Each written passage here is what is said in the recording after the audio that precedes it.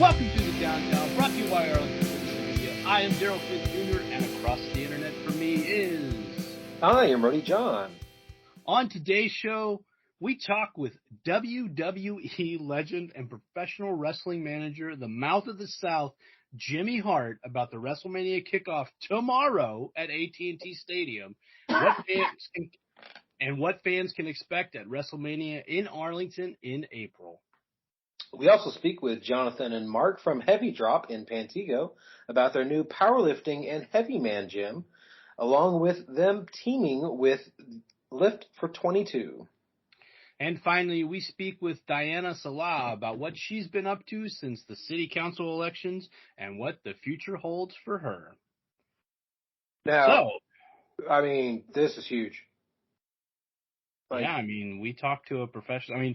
For those of you who aren't aware, we are huge professional wrestling fans. Yeah. So to be able to speak to someone of caliber of Jimmy Hart, someone I've been watching since I was, 6 years old, was pretty incredible.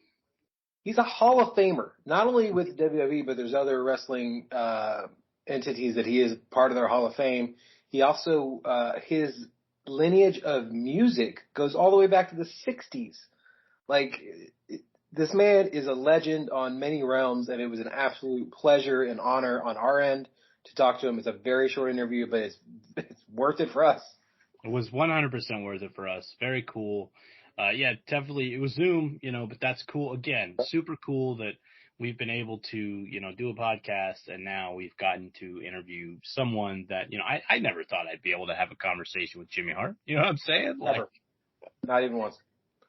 But you too can meet Jimmy Hart, because tonight at AT&T Stadium from 5:30 to 8, as he will get into, WWE is doing their kickoff for their Wrestlemania tickets. You can buy tickets there, I believe actual printed tickets, back in the day. Old school. Yeah. The Undertaker is going to be there. Which we found out, yep. Mm-hmm. Yes. He didn't mention it, but I believe Big E Langston, maybe even Bayley. Then there's the women's tag team champions are supposed to be there. Plus you get to see matches from NXT. So in case you don't know it, NXT is kind of like their developmental system that you get to see. They're up and comers. They're up and comers, exactly. So I can't wait to see who they even have coming down on the show for that. So huge event happening at AT&T Stadium. It is all free, by the way. Yes. So go check it out if you're in the neighborhood and you're a professional wrestling fan like us. Yeah. But the other interviews on the show are fantastic as well. 100%. Yeah, is a great new gym that if you're into powerlifting and you're into heavy man or heavy woman competition, this is your place to go. And then talking Diana is just a delight. Always so wonderful to have her on the show. Definitely appreciate her insights into the city of Arlington.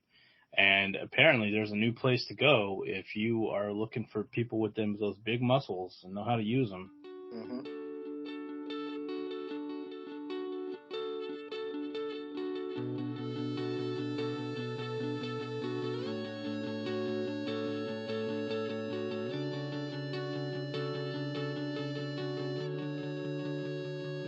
All right, we are here with WWE Hall of Famer and legend of not only music but pro wrestling, the Mouth of the South, Jimmy Hart. How are you today, sir? Everything is beautiful. We do radio and TV, and last night we're at the Mavs game.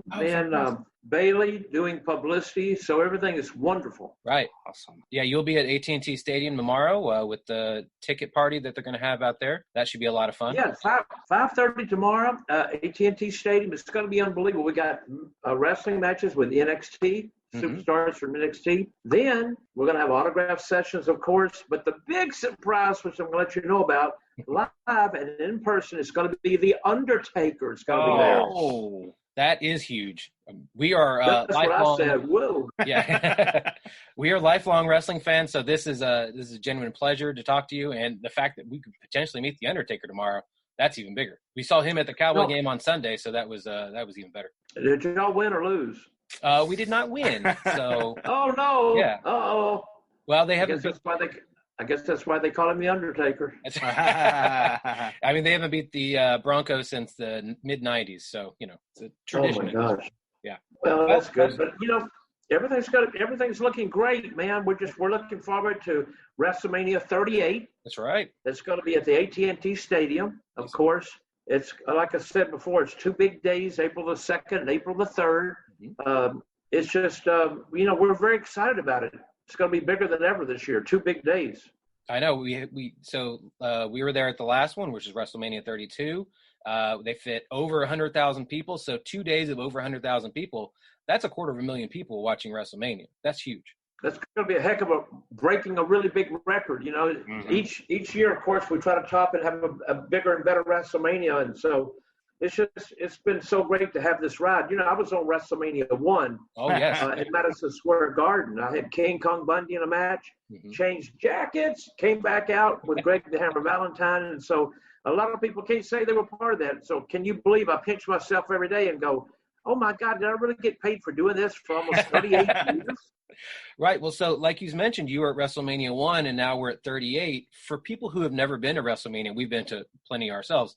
Can you describe what WrestleMania is and how the feeling is at that place? Well, you know what? Everybody has a different take on it. It's so special. Celebrities, music, a lot of pyro. True.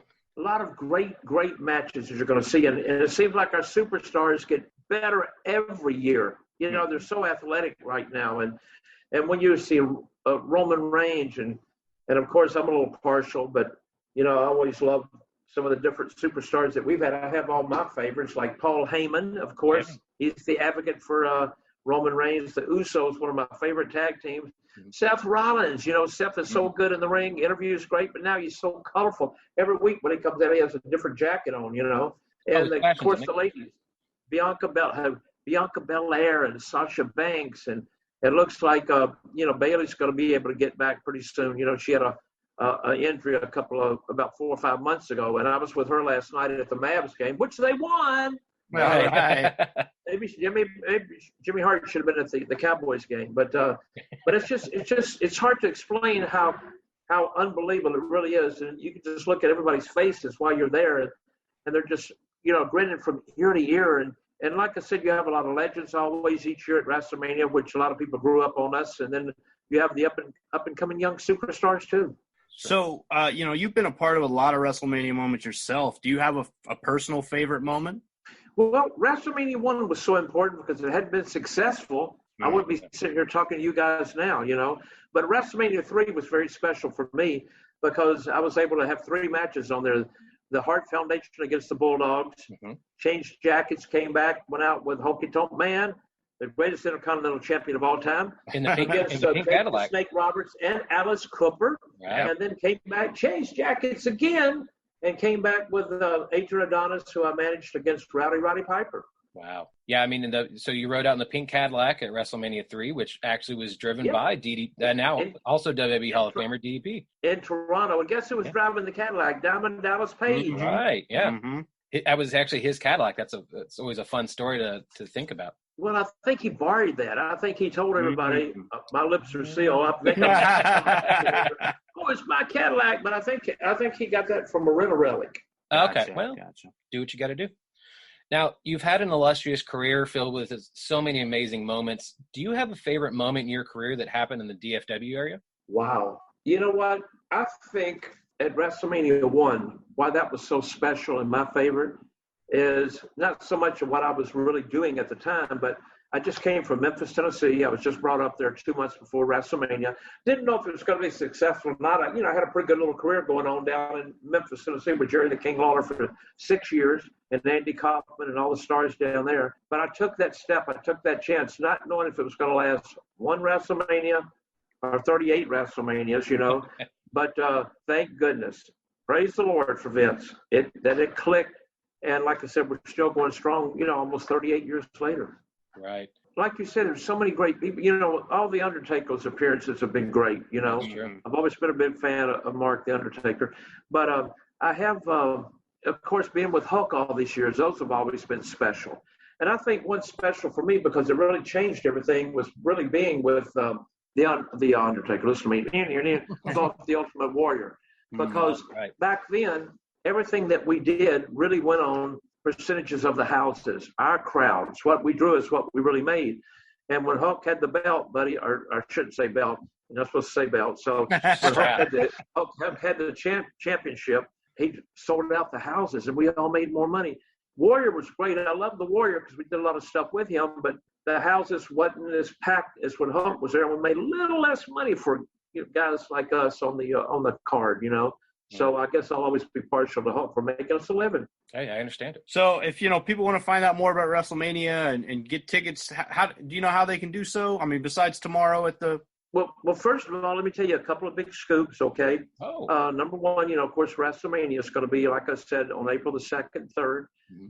SeatGeek.com is where you can run to get your tickets. But they go on sale Friday, okay? At AT&T Stadium. Big ticket sale Friday, so it kicks them all off. So I know people are probably getting in line over there today or tomorrow. But let me tell you something special that's happening tomorrow at 5:30, which is Wednesday at 5:30. Everybody can drive down to see us. It's going to be unbelievable.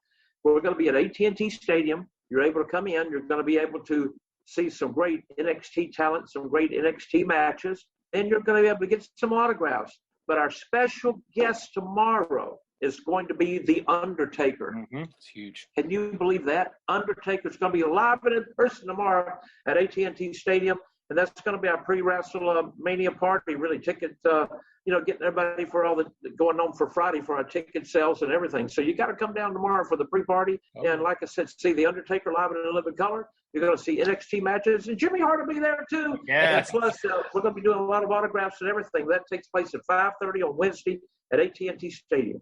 Awesome. That's fantastic. Jimmy, it's been a genuine honor on our end to talk to you. Thank you so much for your time, and we look forward to talking to you again tomorrow. Well, we love you guys. Please come down to see us. Thank you so much. We're blessed. Thank you. Thank you.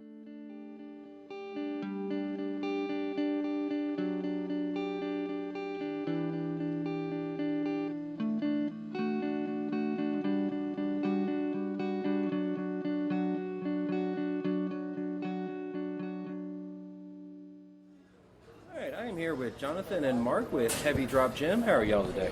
Pretty good. How about yourself? Doing well.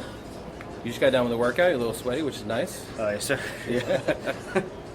So, how did Heavy Drop begin?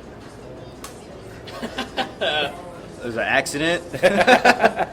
I mean, kind of, yeah. More of a joke. Yeah. Typically how, we were joking how, two guys were like, we should start a bar. Well, yeah. And we were like, we should start a gym. And then kind of went from there as a joke to financially some things opened up and we're like, let's just start a gym. Yeah. And from there, it just kind of paths changed and some of the courses changed, but we had the same goal in mind, and this is what we have now. No, it's beautiful. You just gave me a little short tour. I haven't been inside Metroplex, but I've seen pictures and I've seen video, and I just imagine kind of almost the same atmosphere. It's very simple, which is what you need. Yeah. You come in here, get your workout on, because obviously you guys do powerlifting, you guys do strongman stuff, and you have everything you need for it. So exactly. We made a list of, if we had the perfect home gym to train in, what would you have in your dream home gym? Yeah. Oh, cool. Now let's multiply that and make sure we have enough for other people to share it with us. Right. And that's what we did. We made a dream list of what we wanted and just bought enough to share it with everybody else.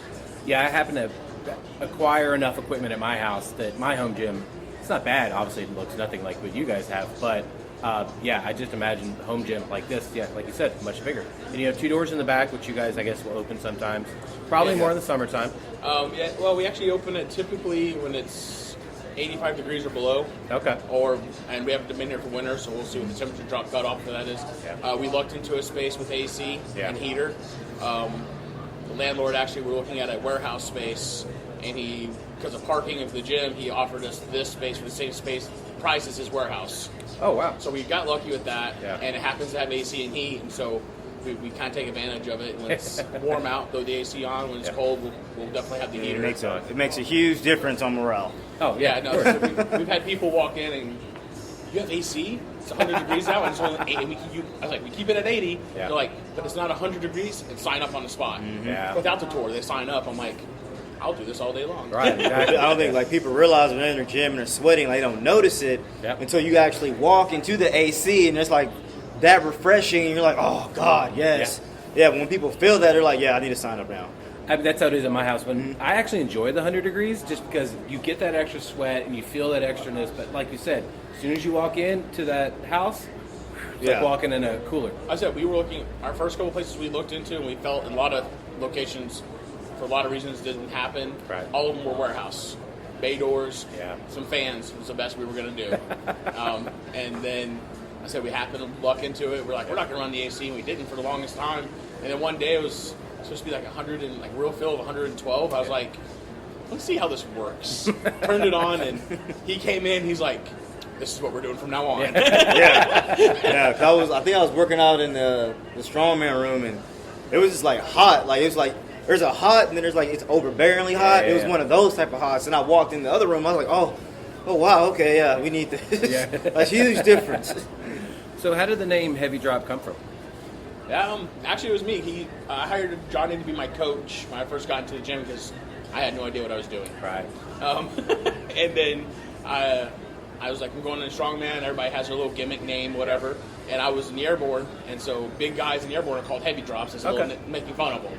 Well, I was a heavy drop in the airborne. I was in good shape, but I was just a bigger guy. Right. And so I was like, well, I'm going to carry that name over, and that was the plate with the heavy drop on it. And that was maybe it had 100 pounds on it. And then Johnny drew the logo that's in the middle now, and we kind of morphed it. But yeah, the name came from me just having an Instagram name for my strongman. So when I started doing competitions, I could direct people to a page where I shared everything, not my private page. Right, that makes sense. So for those that don't know, can you tell us a little about what strongman and women events y'all train for? So on my side, it's mostly powerlifting. So we focus on 3 main lifts, and that's squat, bench, and deadlift. Right. Pretty basic, simple lifts. I think I've been coaching that for like 3 years now. Nice. But I compete with the USPA, United States Powerlifting Association. That's mostly based out on the West Coast. But there's like now a lot of organizations that have powerlifters in them. But USPA is probably like, I like it. It's probably one of the best. I think so. Right. Simply because they have drug tested and they separate everything. Okay, so. Good. And then strongman, there's no set of events. Right. Okay. Yeah. There's whatever the gym offers that the promoter wants to use. You can make anything into anything. They can lift cows and call it typically you're gonna have a deadlift of some sort. Of course. Either 18 wheels standard deadlift or like car deadlift. Right. Reps for mat. Like there's so many different things. There's an overhead portion at almost every competition. Yeah. And some kind of medley. And then there's usually 5 events, and so they kind of change. They can add things and do things, and stones are pretty standard. Yeah. It's really about it. I mean, nothing's really standard about it. There's whatever you like. I saw one where it's like 3 overhead pressing events. Yeah. And then I'm like, that would be intense on the shoulders. Right. Yeah. And so it's whatever they can dream up and what equipment they have to offer they can use. Yeah. Yeah, I was telling him when he showed me around, I had a friend that she was doing strong woman competitions. And so, she was doing stone, she was doing the over with the log, she was doing deadlifts and all kinds of crazy stuff like that. Yeah, so you can do frame deadlifts. Yeah. You can do, like I said, farmers. I've seen people do farmers for deadlift. Right. And I'm like, you name it. I've seen it where it's, all right, not just a deadlift, but now you have to hold it for time. And I said you can so many different variations of every event that there's no set. It's not a standard thing. It's just whatever someone wants to dream up. It's true. Yeah. So you're, like you said, you're USPA, which is United States Powerlifting Association, certified to train athletes and coaches. What does the process look like, and what does it mean for the future? As far as signing up? Right. So, as of right now, for our gym personally, we will know more in October. Okay. As far as the process goes, really all you need to do is go on the USPA website. Yeah. Go down. You can easily click on state and go to Texas. Okay. And it'll have the gyms. Then, as far as I know, we're the only one USPA certified here in this Arlington area. Very nice. So it's very, very easy to find. You just click it and sign up. Right. And just come here and get your certification. Okay. Same thing if you are looking to compete here next year. It's the same thing. Right. Go down there, sign up, and come compete here. Yeah. So I have a friend, not one of my normal questions, but I have a friend who's very big into deadlifting. I'll go deadlift with him sometimes. He says he's been plateaued for about 2 years now. Mm-hmm. What do you think is a good thing to kind of something else for him to do so he can actually help? So for everyone, like I preached to him, everyone's different. Of course. So I can't train Mark how I train. I can't train you how I train. So then you go back to the basics. So more than likely, it's probably something to do with his back. Gotcha. Okay. So with that, he needs to start looking at doing reverse hyperextensions. Okay. To help his lower back, to strengthen those lower back muscles. Right. Also looking at deloading. Also, how much water, how much food intake is he eating before he deadlifts? Because when you do a heavy lift like that, whatever you put in, you're going to put out. Right. So the more you eat, the more weight you're probably going to lift. I think he does. I don't believe he eats before, so that could be part of it. Yeah. And also depends on what method he's training. Has he changed it, or is he like, this is how I've always trained and never change it? He's definitely one of the set in stone guys.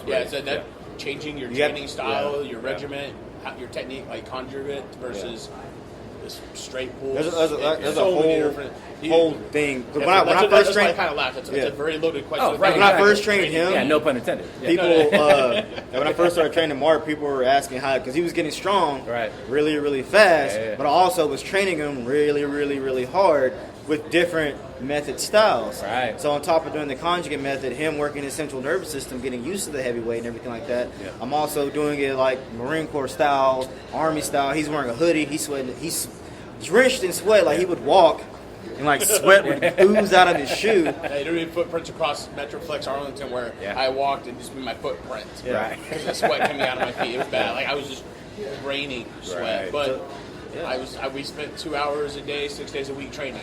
Damn. Yeah. Okay, then that'll do it. So I would definitely tell him like there's a lot that goes into it. Okay. I would definitely look up some stuff. One thing I like to revert back to is always Westside Barbell Club. Okay.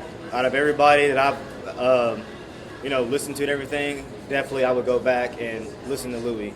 Gotcha. That's personally where I got the conjugate method from. It works for me anyway. Right. So, and I love it. Everyone else I train with, they love it. So I would definitely tell them to look at that. It'd probably help them. Without a doubt, they'll love that. So you guys have partnered with the Lift for 22. Can you tell us more about that and what that means to you guys? That was a Army buddy of mine. Right. He started it after a family member committed suicide, and there was an epidemic for going on anyways of suicide. I was going to say, it's kind of a really high in the... it is. And so he started it as they were doing I think it was in May, probably Memorial Day. Okay. You shouldn't hate me for not knowing that offhand. He used to walk 22 miles for awareness, raise money, and that organization pays for memberships for veterans to get into the gym. Right.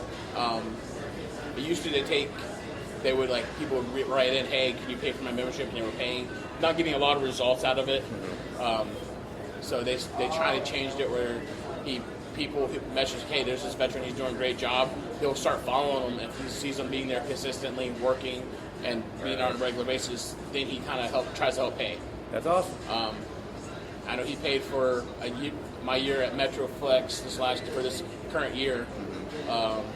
And that was one of the more expensive memberships he pays for. Right. A lot of guys go to the $10 a month ones, and so. Oh, of course. I mean, it's so easy. Yeah, and so he prefers those, but that's where I was at. And so he called up, and I was covering down. I was closing for a few hours a week just to help Brian out because they had some guys sick with COVID and all that. Right. This quarantine just in case. And he calls and he goes, hey, you have a member there? He's a veteran named Marco Brimsky. And it comes up, Dan. I'm like, I know this. And I'm just listening. I'm like, oh, yes, sir. He's like, I also want to pay for his membership. And I was like, he's like, don't tell him. I'm like, you're talking to him. He's like, some things were said. Yeah. But yeah, so we've partnered. I think we're working on becoming an official affiliated gym. Right. I got finishing some paperwork because they're a true 501c charity. Right. And so we will be giving out veteran memberships basically under that banner. That's fantastic. That kind of helped me inspire one of our charities that we're trying to do. Well, tell us more about that. Can you? It's kind of Operation Heavy Drop. Okay. We've partnered with some of the recruiters in the area, Right. and they have guys who need to lose weight, get stronger, or just generally keep them moving before they ship out. Right. The basic training, they can come here and train for free. That's awesome. They have to be working with the recruiter. They have to be referred by that recruiter, Right. so no one takes advantage of that system. Obviously. But yeah, right now we have three or four guys who come in, or gals, Yeah. come People. in, come in under that. Human beings. Right there you go. Yeah, they come. They can come in under that banner. We train them. Yeah. We help them like, hey, this is the best. Give them a kind of a general outline of a program if they need it, or just access to a facility. Right. So that way they can just they have a chance to ship out and ship out well. Yeah. That's amazing. So, where did the love for powerlifting and strongman come from? Well, again, for me, it was an accident.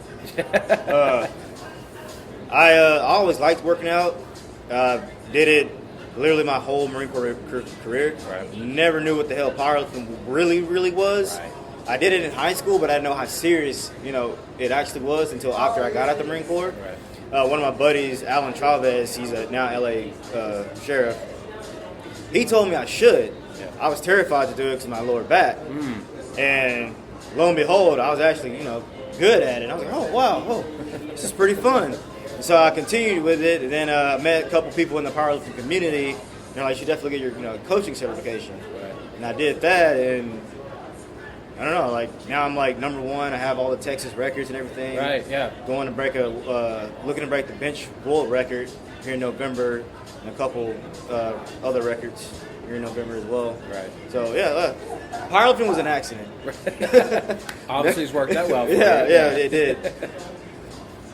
Strongman, I was in and out of the gym since I got out of the military. Okay. Even in the military, I really wasn't one of the guys who hung out in the gym. Right.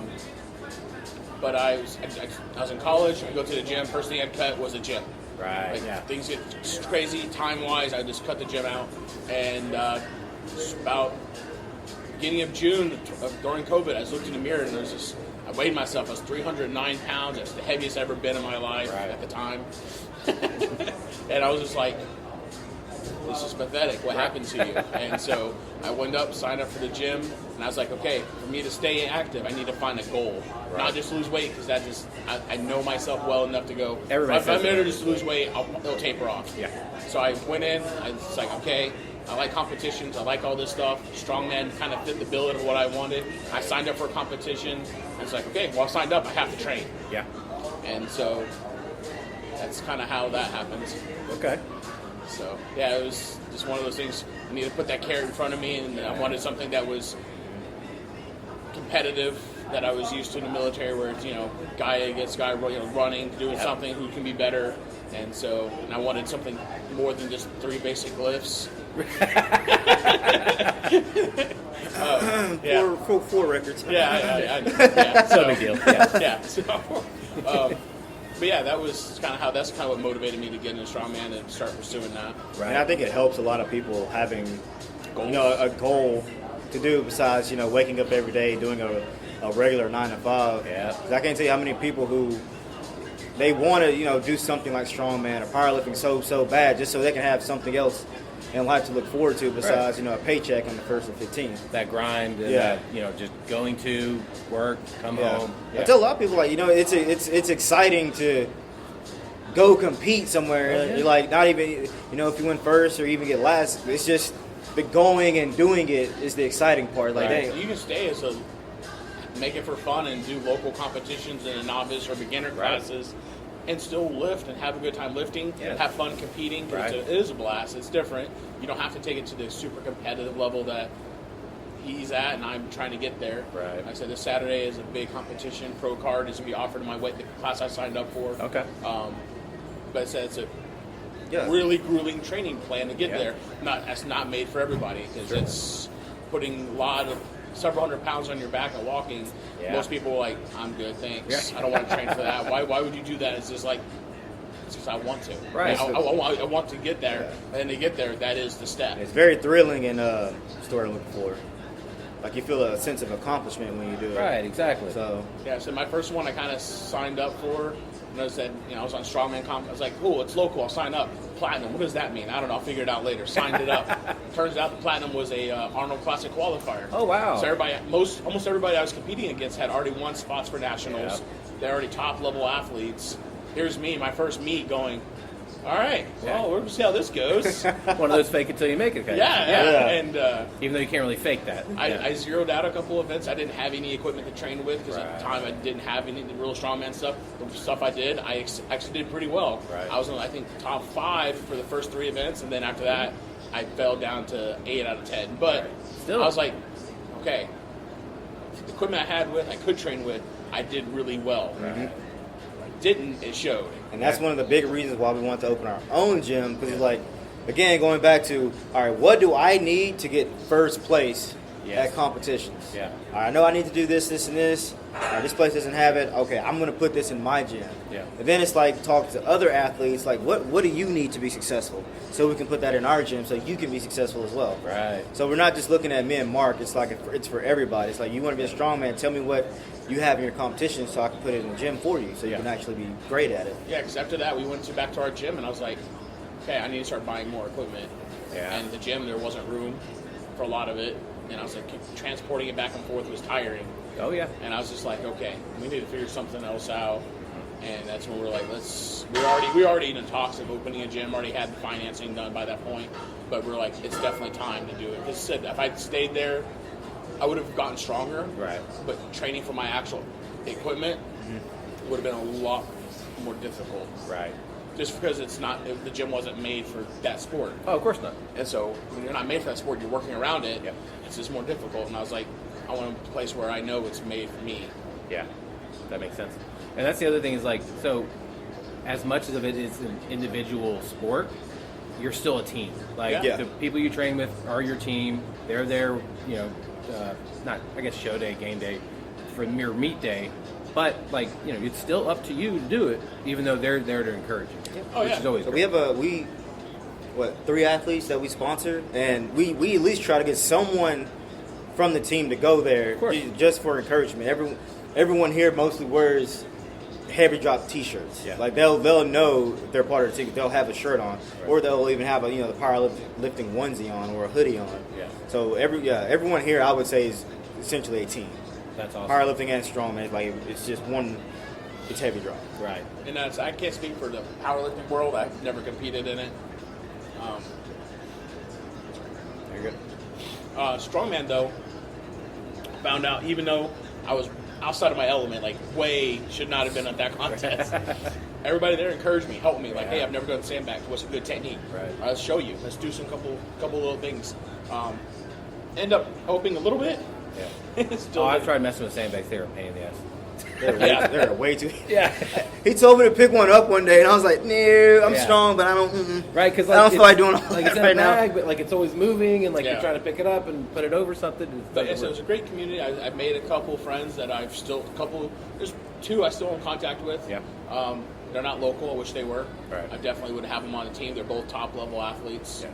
Yeah. And actually, one of them is why I'm going to the contest I'm going. Okay. Had no intention to compete until next year. Right. And then he messages, hey, he puts it on his story, hey, we need some more people who are strong enough to compete at the pro level to fill the slots. And I was like, I messaged him to ask him what the events were. I was like, what do you think? You saw me at my last comp.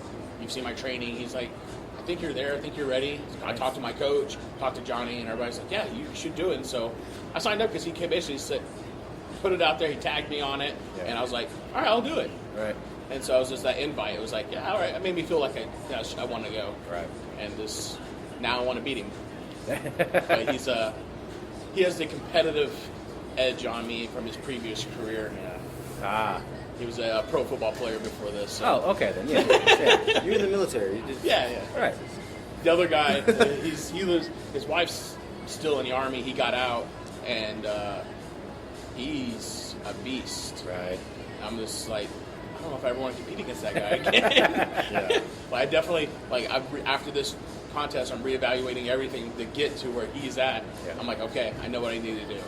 So there you go. Powerlifting is definitely not like that. no. I mean, it can be sometimes if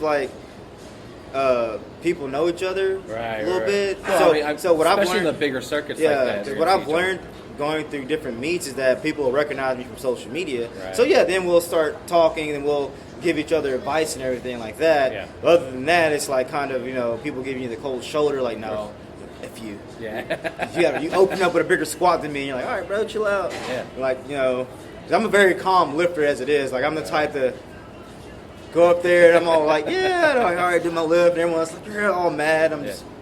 I'm over there with a dip in, just chilling, like, yep. Yeah, I noticed at his competitions, people are pretty cutthroat. Like, you have something, that's on you. Sorry, bro. Yeah. My contest, they weren't allowed to bring chalk. They didn't announce it.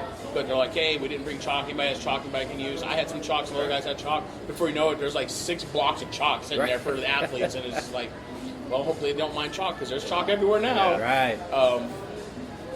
Guy had a tacky shirt. Yeah. And it ripped. Oh. And so I had my spare. I'm military. I carry 2 of everything with me. That's awesome. It's expensive, and it looks stupid when I carry this giant bag in, but I have some rips, I have 2 of it. Right. I ended up pulling it out, brand new, handed it to him, like, here, put this on. Yeah. And Johnny said, why would you do that? I'm like, if he beats me, great. But if I beat him because he didn't have that tacky shirt on, then I really win. Right. I want to truly know. Now I carry 2 of everything. So I want to know if I beat him, it's... Yeah. We had the same chance, not something because of equipment failure. Right. So that it wouldn't feel right to me. Right, because you didn't really win it. Yeah. Right.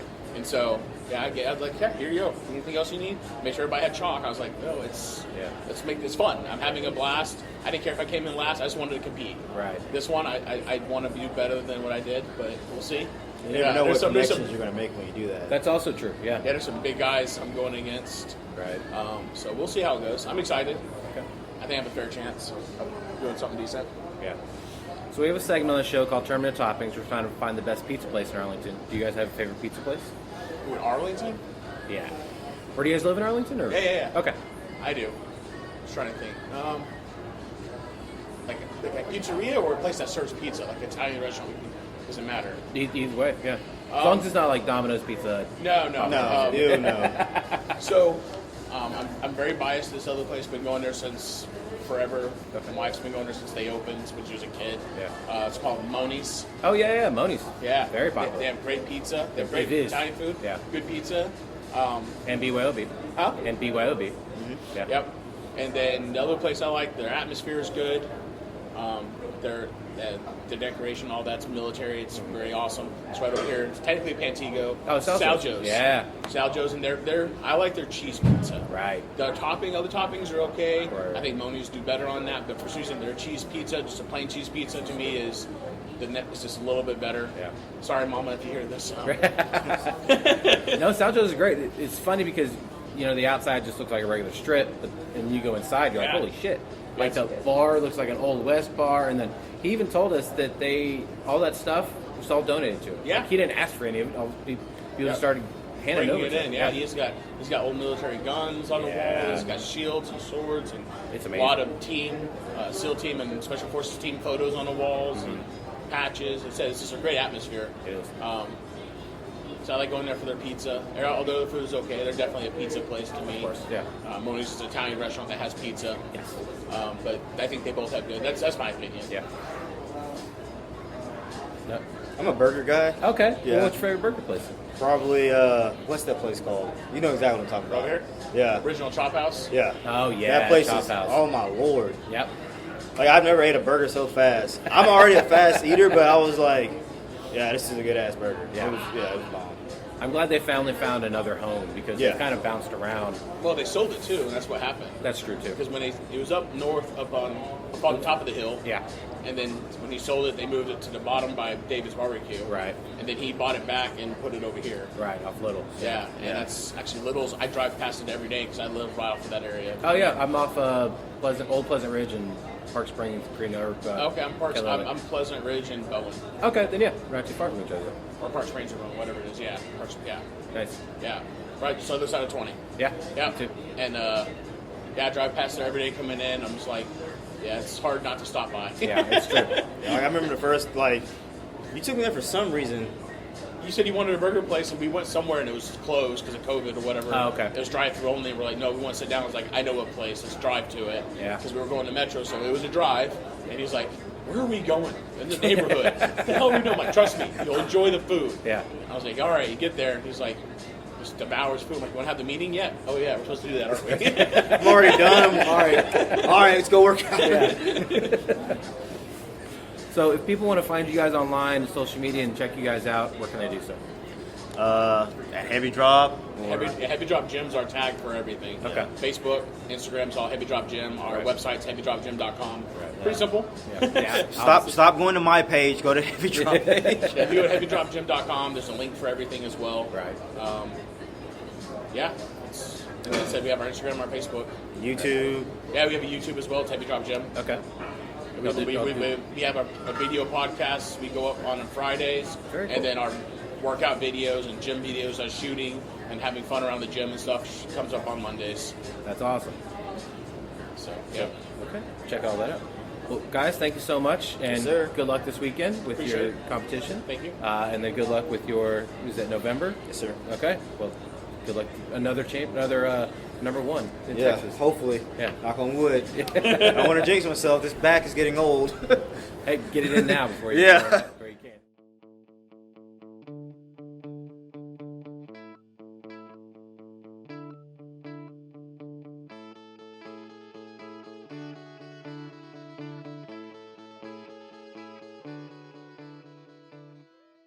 We are here with Diana Saleh. How are you today, ma'am? I'm doing great. How are you guys doing? Doing good. Yeah. This is our third interview today at Union Works. Fourth interview. Yeah, Man, yeah. there's so many that I've totally forgotten.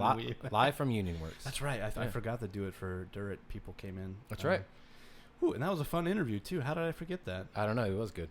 That was the first virtual and in person. Yeah, we had it was yeah. like a hybrid situation. We had someone on the computer and also someone in those doors are open. Texas Rangers reporter Emily Jones was unfortunately not able to meet us in person, but we got her virtually, so it was still nice to get her in there. Yeah.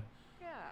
But yeah, thank you for coming out to Union Works. Shout out to them for letting us come out here. How have you been since the city council election? Unfortunately, it didn't pan out the way that you wanted. But you made it to the runoff, so congratulations for that. Which is an accomplishment. Yeah. Thank you both. It's been, a little bit of recovery, a little bit of figuring out what to do next. As you can imagine, the campaign is almost like it takes up all of your time. Yeah. So it's almost like having a second full-time job, which I did while I was campaigning and still do. So, a little bit of figuring out what to do in terms of like reorganizing my house, which functioned as a makeshift campaign office. Yeah. Exactly, campaign office. A headquarters, really, probably. Getting back to work and doing the things that still had to be done. And of course, finding other ways to get plugged into the community. Still love it very much. That doesn't change regardless of the outcome. Right. So it's crazy to think that the summer's already almost over. Yeah. But this summer has really been about finding other ways to get involved with the community and continuing to build on all of the great relationships that we've made over the course of the campaign and finding ways to do good together. So that's been really great. And I became a voter deputy registrar. Cool. Oh, congratulations. Cool. So that was something I was really excited to do and help folks get registered to vote. So. Which is super important and on a ground level important. Like you're talking to people like literally on the ground level, Absolutely. Which is cool. So what did you learn from your race about the city of Arlington? Like what did you take away from it? Yeah, I mean, the most amazing thing was that it reaffirmed how wonderful the people of Arlington are. Right. I mean, our community is just, there's nothing like it, truly. I agree. Just really passionate people that want to see our city flourish. So, again, reaffirmed that. But campaigning isn't easy. And not that I thought it would be easy going into it, but it was definitely, it's not for the faint of heart. Right. I can say that. But it does take a tremendous amount of work. So for folks out there that are wanting to get into it, definitely encourage it. Sure. That hasn't changed. Just be aware. But just be aware that even, no amount of campaign training or first-time candidate training can really prepare you for what's to come. But it's a journey that I wouldn't change. and have zero regrets. So very fortunate to have been able to do that. Well, that's cool. I mean, and it sounds like the way that you campaigned was very grassroots and very like person to person. Like there wasn't a lot of mailers and a lot of like slick like websites or anything like that. It felt more organic, and honestly, like for me, especially on a city level, that feels more real. Do you feel doing that you were able to connect with people in a way that you may not have been able to before you did all this? Absolutely. The amazing thing about our campaign was not only was it grassroots, but it was a people-powered movement from day one. And there are over 1,000 voters that voted for the first time ever in a municipal election. That's so. I mean, and you're talking about a turnout super low here, so that's a lot of people to have like turned out for a first. That's so great. And not only that, but the incredible thing was our volunteers, many of which had never worked on a campaign before. And we're high school students, college students, young professionals. And so this was really exciting, and I'm truly honored to be the first campaign. And hopefully we didn't scare them off through the process. And they get out there and do it again. Right. So what was something about the city that kind of surprised you, obviously, and maybe in a good or bad way, that you didn't even know was either here or was even present? Yeah, I would say the thing that stood out to me the most was really largely it's the same groups of people participating in pretty much everything. Yeah. And that's not a knock at our city or anything like that, but it's really interesting to see the amount of people that we spoke to that truly just did not know how things were going, or that there wasn't even an election. And you have, we almost became had several people that became like campaign friends because we would just see them at everything, at every city council meeting, at every community event, every virtual event as well. And so it really feels like it's the same groups of people that are, which is great. We love the passion and the interest, but I would love in the future to see more people get involved and more people get engaged and find a way to get information out there, because I think that's a little bit of a gap that we have. Agreed. But granted, in the weeks since the campaign's wrapped up, I've seen that our city now has a Facebook page that is solely focused on Spanish resources. That's which great. is really exciting to see more information out there. I mean, we're an incredibly diverse city, so part of getting folks engaged is making sure the information's readily available. Sure.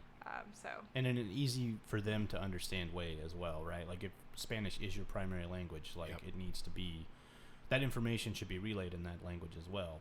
We have, like you said, we have such a diverse population here that like just one website may not cut it for everyone, like, so that's pretty cool. And depending on the issue, or for example, we've had the recent town halls about the city's budget. I mean, some of the vocabulary used and much of the jargon used, if you don't necessarily understand a budget or some of the business terminology around that, or the financial terminology around that, that can be really daunting and maybe prevent you from intimidating and prevent you from participating in the process or even asking a question. So we have a little bit of ways to go, but it's great to see all the progress that's being done and how much of that is really at the front and center of everything. I think it's funny that you said you had campaign friends, because I would say that we probably have art friends and band friends now, like from when we go to like shows and we're like, hey, it's you, and like we just people that you see all the time, because they're the people that are making this community, at least in the art scene, they're the people that drive that sort of thing. And it sounds like kind of the same way civically as well. They're people and groups that are really committed and really focused on doing things in Arlington. But I'm with you. I'd like to see it opened up more, because it's great that they're involved, and I love that you, like you said, the passion that they bring. But you also want to see more first-time people get involved and be involved in their city. Absolutely. And the people that are involved are just so dedicated, which is so admirable, but they also suffer from burnout. So if we run the risk of them stepping away, then who else is there to step in, which is what I'm, in my, limited capacity, right? I hope to kind of step in and help with, where needed within the community. So it's just finding ways to get plugged in and stay plugged in, and make sure that we're creating a greater impact. Right. So now that you have actually run, and then now you're also kind of back on the other side, where do you find that how can we bridge that gap of people that don't know what's going on, or people that might have some idea but they have in grand scheme of things, no idea at all. Yeah, I think pooling, so there's so many incredible resources throughout the city. So finding a way, I think, to pool those resources and make it more accessible, make it easier to understand, I think would be a tremendous help. But also just, there's, like I said, so many incredibly passionate people, and I think just pulling all of our talents together and seeing where all of that fits in, and in more ways than one, right? So there's all the incredible work in the community. There's this flourishing art scene, to your point earlier, which is so incredible to see. So finding ways to bridge those things that may not seem like they go together when in fact they actually do very much go together.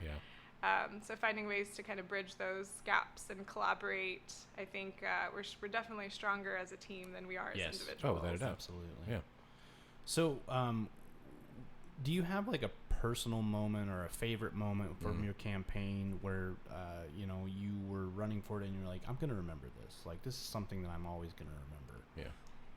So we right after the big freeze, we held a community drive-through where we were able to get folks registered to vote, registered to get their COVID vaccine. We distribute fresh fruits and vegetables from a great organization that partnered with us, water, and so many other things. And it was just, again, middle of the pandemic. So we made sure that folks that were stopping by we managed a really great drive-through. So that was just such an incredible, it was so heartwarming to see all of the folks that came out to help us put on the event, but that we were essentially able to help so many members of our community that had different needs, all in one day. So I think back on that day and I remember it so fondly, and I'm, hope to find other ways to do things like that as well, and pull all of the great groups together that helped us, and see what else is out there, because there are some needs in our community, so being able to address them was truly an honor. It feels like that's like the story you want to hear in times like that. You want to hear the community banded together. You want to hear that people stepped up and people did the right thing and they helped their neighbor. So I'm glad that you still look back on that and go, yeah, this is like how it should be. This is what we should be doing. Because I agree completely. Like I think that when there are needs that are not met, we need to meet them. Whatever that looks like, right? I don't know what it looks like for everything, but it's incredible that you were able to do that, and I'm glad that you remember that. That's really cool. Yeah, and I'd love to reiterate, I was only able to do that because of the incredible people that came together, and our wonderful volunteers. So we had over 50 volunteers that day that gave up their Saturday for several hours to allow us and help us put this on. So it just shows like the compassion and community within this city, which is great. It highlights it in a perfect way. So there are certain people that you see when they are going to run for office and they lose that you probably won't see them in the community as helpful as maybe they were when they're running. You obviously are one of those people that you could tell win or lose, you were still going to be a part of the community. So with that, what does kind of the future hold for you inside the community? That is an excellent question. Honestly, just wherever the need is, I will be there. I've had so many wonderful people reach out to me for various things, or if they needed help, or even if it was just a connection to help them, get their project from point A to point B. So I've said it over and over. Campaigns are temporary, but communities forever. So I've made that known to everyone. If there's anything I can help with, whether it's community related or even just from a professional standpoint. I mean, I have a background in healthcare and business, and so it's also been really exciting to see younger students reach out and ask for resume help. Or, that's awesome. Yeah, different things like that. So wherever there's a need, if I can, help in any way, I'll be there. So it's just, finding those opportunities, and I always tell everyone my door is always open. So if you if you can ever think of something that I could be assistance with, don't ever hesitate to let me know. I will be there. Yeah. No questions asked. That's so good. Well, how do people get in contact with you, I guess? I mean, I'm on social media. Yeah. I'm happy to share an email or even set up a coffee chat with folks, whatever is needed. I'm happy to be there. Maybe coffee talk with Diana. I think that could be something in the future. Yeah. Yeah. We've got some great coffee places. We could host it. We can have come on down. Yeah. See, there's already a partnership. See, we're exactly community building on each other. There we are. Well, What else do you want people to know about yourself, and then about what you would still hope for the community going forward?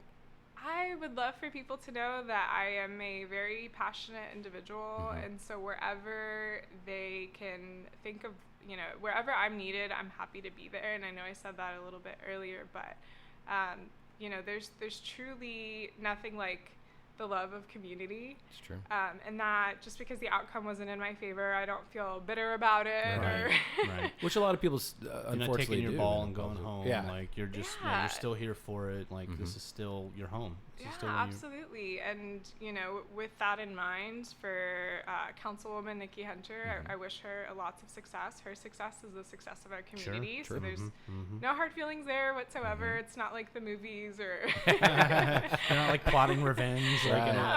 No. Trying to take her down from the inside. None of that whatsoever. The work continues, and I will be there to the best of my ability. And so I'm really just want to thank everyone for believing in me, for believing in the campaign, and believing in what we could have built together. And we'll still find ways to do that. It just may look a little different than what we had initially intended. Very nice. Well, thank you so much for coming out, and we look forward to partnering apparently on a show. Hey, I'm down.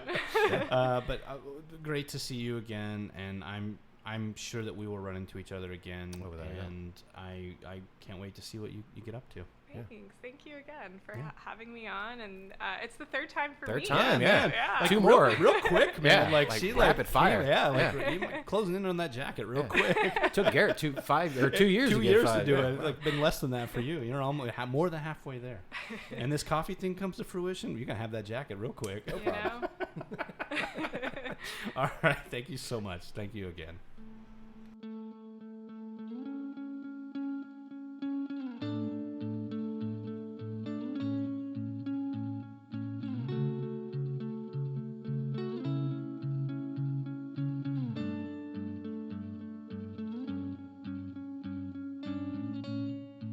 All right. Well, thank you so much to our local guests, Johnathon and Mark from Heavy Drop, Diana, always a pleasure.